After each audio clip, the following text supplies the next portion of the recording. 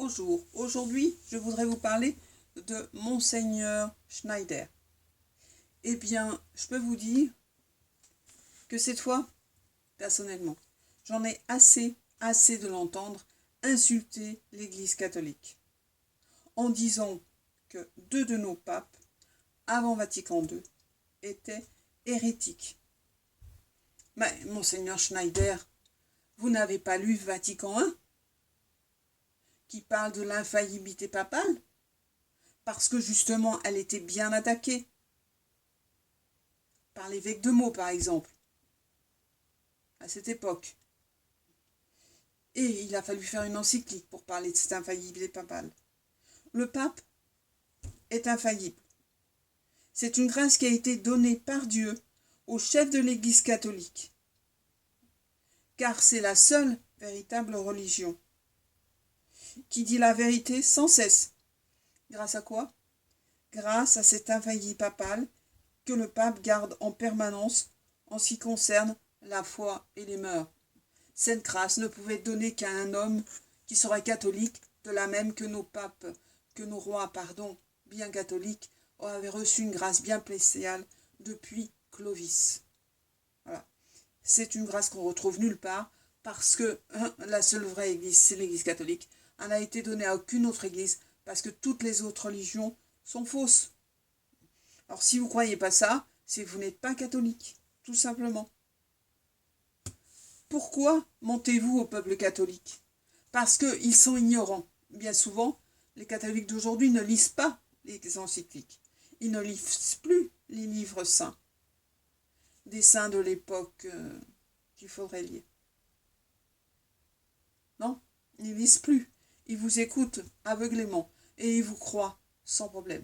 Parce que vous avez le titre d'évêque. Bien non, ça suffit pas. C'est parce qu'on est évêque qu'on ne va pas mentir et pas dire des choses qui sont tout à fait fausses.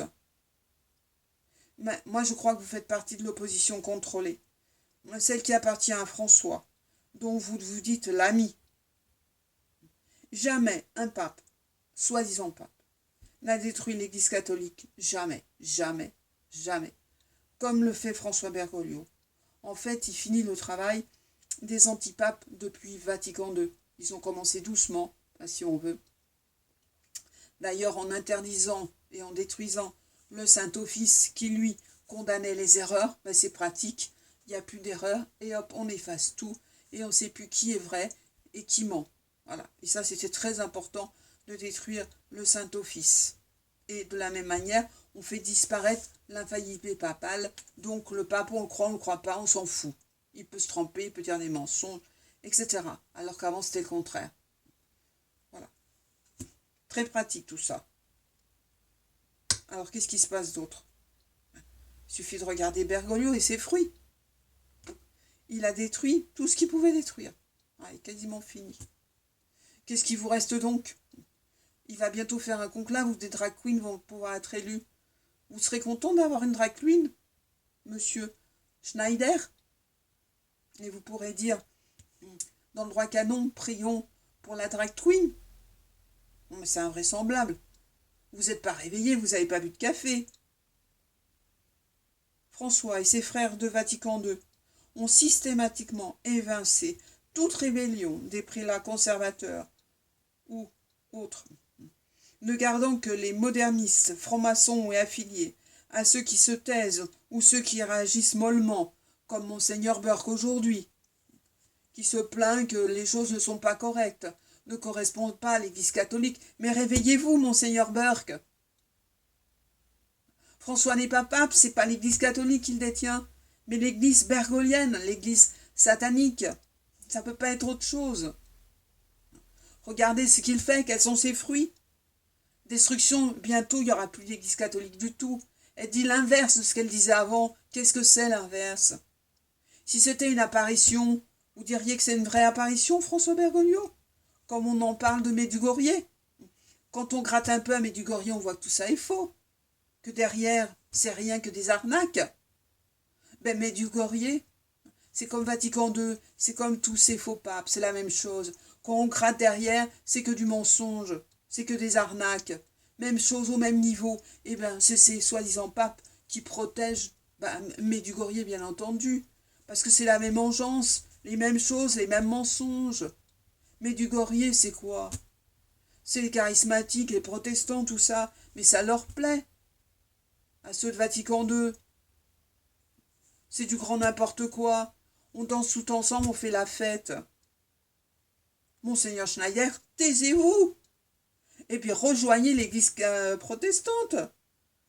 Car elle copie bien tout ce que vous dites. Elle est contre le pape, elle le critique, comme les autres religions, c'est-à-dire orthodoxes, comme les athées, les communistes, les francs-maçons.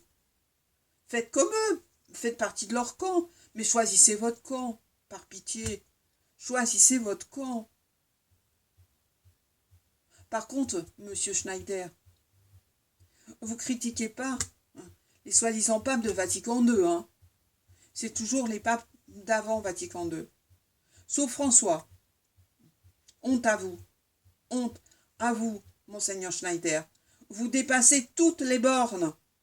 Arrêtez de mentir. Ne taisez pas la vérité. Vous la cachez, vous vous déshonorez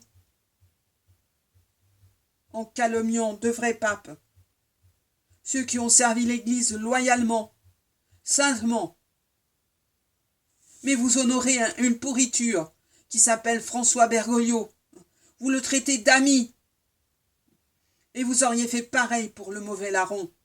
Vous l'auriez traité d'ami. Comme vous auriez traité d'ami Judas l'Iscariote. C'est ce que vous êtes en train de faire. Alors arrêtez de comparer Jean 23 et Honorius Ier à François. Ils n'ont rien à voir avec cette François. C'est une honte de dire une chose pareille. Ils sont incomparables. Ils n'ont pas de rapport avec lui. Ils ne cherchent pas à détruire l'Église catholique. Ouais, arrêtez de suivre.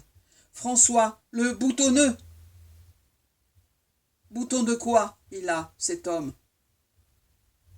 qui n'avait jamais voulu servir l'Église catholique, mais qui n'a cherché qu'à la détruire et à la déshonorer. Abandonnez votre conduite ou quittez votre charge. Vous n'avez plus rien à faire dans cette Église, parce que l'Église que vous suivez, c'est celle de Bergoglio, l'Église bergolienne, qui n'a rien à voir avec l'Église de Jésus-Christ. Jésus-Christ n'est pas l'ami de Bergoglio, c'est son ennemi.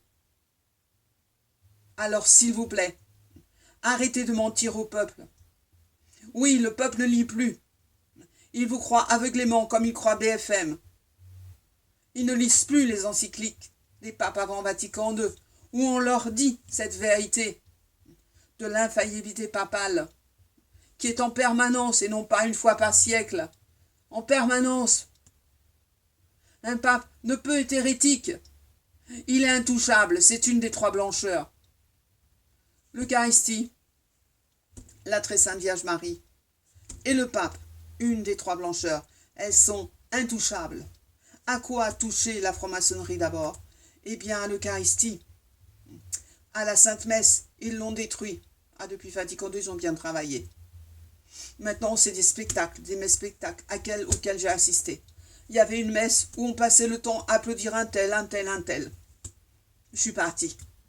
Ça faisait une demi-heure qu'on applaudissait un tel, un tel, un tel. Oh, ils ont rendu des services à la paroisse, mais attends, faites-le après la messe, pas pendant la messe. On passait notre temps à applaudir des hommes.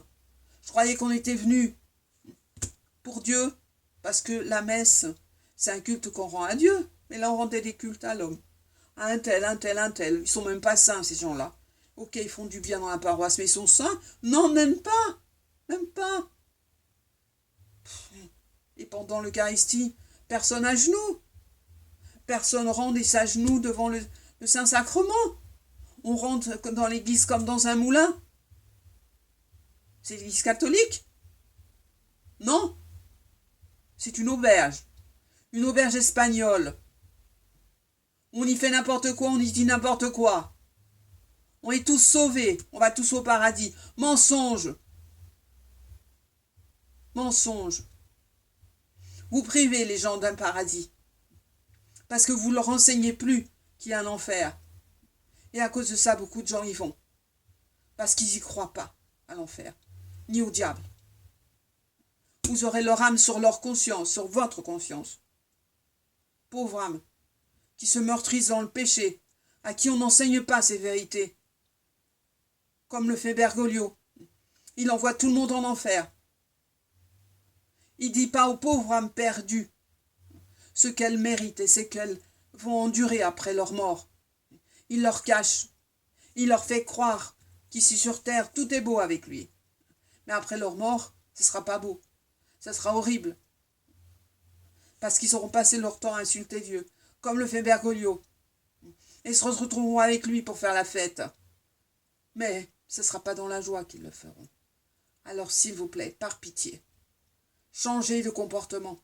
Vous et vos frères, cardinaux, évêques, mettez-vous du côté de Monseigneur Strickland aux États-Unis. Derrière lui, faites comme lui. Il a osé le faire. Il a osé dire ce qu'il fallait.